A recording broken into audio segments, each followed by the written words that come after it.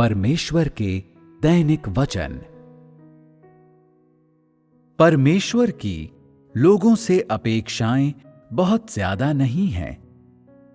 यदि लोग थोड़ा भी प्रयास करते हैं तो वे उत्तीर्ण होने योग्य श्रेणी प्राप्त कर सकेंगे। असल में सत्य का अभ्यास करने के मुकाबले सत्य को समझना, जानना और स्वीकार करना अधिक जटिल है। सत्य को जानना और स्वीकार करना सत्य का अभ्यास करने के बाद आता है। ये वो चरण और तरीका है जिसके द्वारा पवित्र आत्मा कार्य करता है। तुम इसका पालन कैसे नहीं कर सकते हो? क्या तुम अपने तरीकों से चीजें करके पवित्र आत्मा का कार्य प्राप्त कर सकोगे?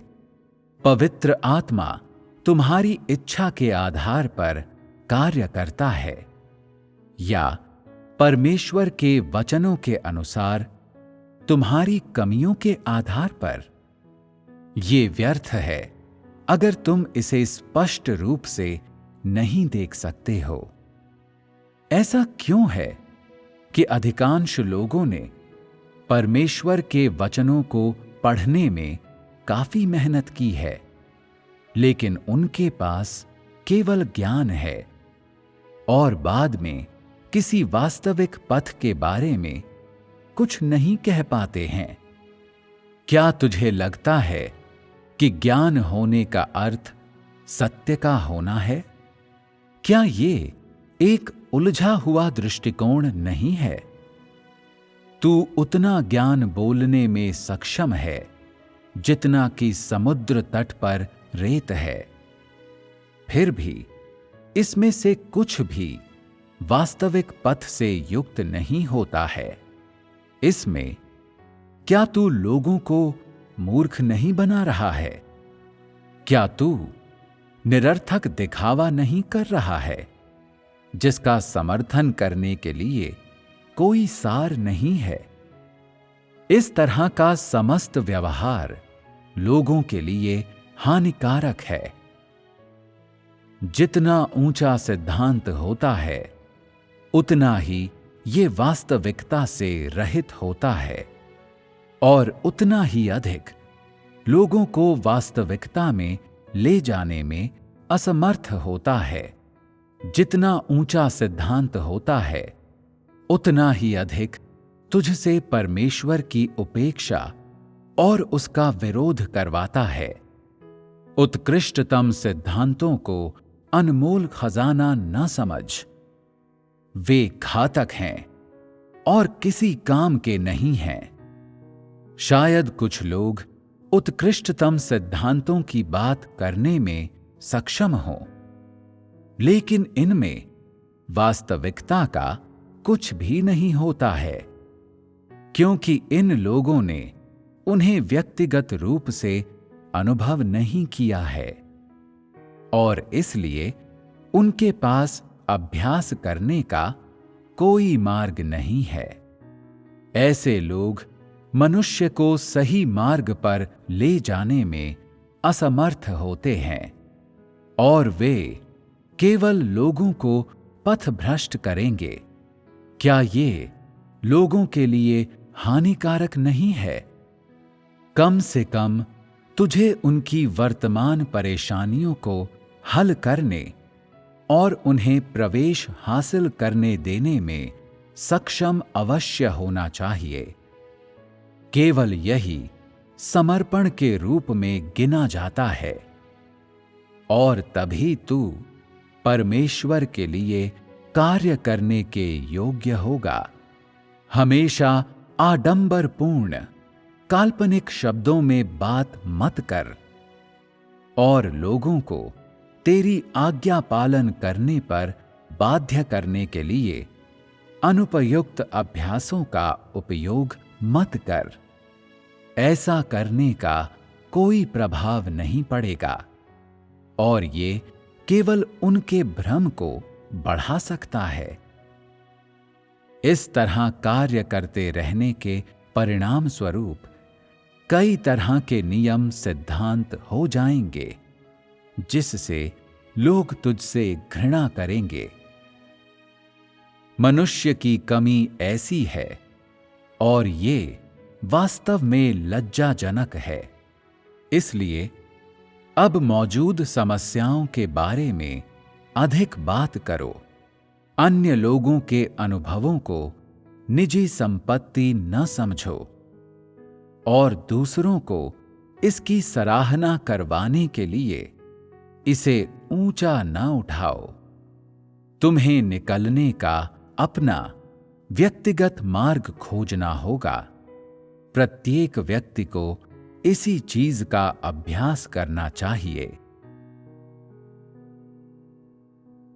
यदि तुम्हारी संगति लोगों को चलने का पथ दे सकती है, तो ये तुम्हारे पास वास्तविकता होने के बराबर है। तुम चाहे जो भी कहो, तुमको लोगों को अभ्यास में लाना होगा और उन सभी को मार्ग देना होगा जिसका वे अनुसरण कर सकें। ऐसा न करो कि उनके पास बस ज्ञान ही हो, लेकिन अधिक महत्वपूर्ण बात यह है कि उनके पास चलने के लिए मार्ग हो। लोगों को परमेश्वर में विश्वास करने के लिए उन्हें उस मार्ग पर चलना होगा जो परमेश्वर अपने कार्य में दिखाता है। अर्थात परमेश्वर में विश्वास करने की प्रक्रिया उस पथ पर चलने की प्रक्रिया है जिस पर पवित्र आत्मा ले जाता है। तदनुसार तुम्हारे पास एक ऐसा मार्ग होना चाहिए जिस पर तुम चल सको, चाहे कुछ भी हो, और तुम्हें परमेश्वर द्वारा पूर्ण किए जाने के मार्ग पर चलना होगा। बहुत पीछे न रह जाओ और बहुत अधिक चीजों की चिंता न करो। यदि तुम बिना रुकावट पैदा किए उस मार्ग पर चलते हो जिस पर परमेश्वर ले जाता है, तभी तुम पवित्र आत्मा के कार्य को प्राप्त कर सकते हो और प्रवेश का मार्ग प्राप्त कर सकते हो।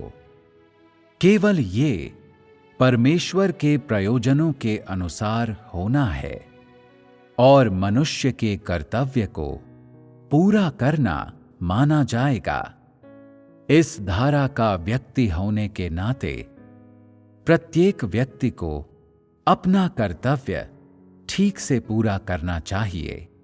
वो अधिक करना चाहिए जो लोगों को करना चाहिए और मनमाने ढंग से कार्य नहीं करना चाहिए।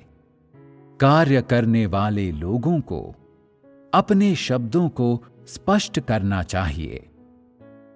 अनुसरण करने वाले लोगों को कठिनाइयों का सामना करने और आज्ञा पालन करने पर अधिक ध्यान देना चाहिए और प्रत्येक व्यक्ति को अपने स्थान पर रहना चाहिए और सीमा से बाहर नहीं जाना चाहिए। प्रत्येक व्यक्ति के हृदय में स्पष्ट होना चाहिए कि उसे कैसे अभ्यास करना चाहिए और किस कार्य को पूरा करना चाहिए। उस मार्ग पर चलो जिस पर पवित्र आत्मा ले जाता है। पथ भ्रष्ट न हो या गलत न करने लगो। तुम लोगों को आज के कार्य को स्पष्ट रूप से देखना होगा। आज की कार्य पद्धति में प्रवेश करने का तुम लोगों को अभ्यास करना चाहिए। ये पहली चीज है जहां तुम लोगों को प्रवेश करना होगा। अन्य बातों पर और अधिक शब्दों को बर्बाद न करो। आज परमेश्वर के घर का कार्य करना तुम लोगों की जिम्मेदारी है। आज की कार्य प्रणाली में प्रवेश करना तुम लोगों का कर्तव्य है और आज के सत्य का अभ्यास करना तुम लोगों का भार है।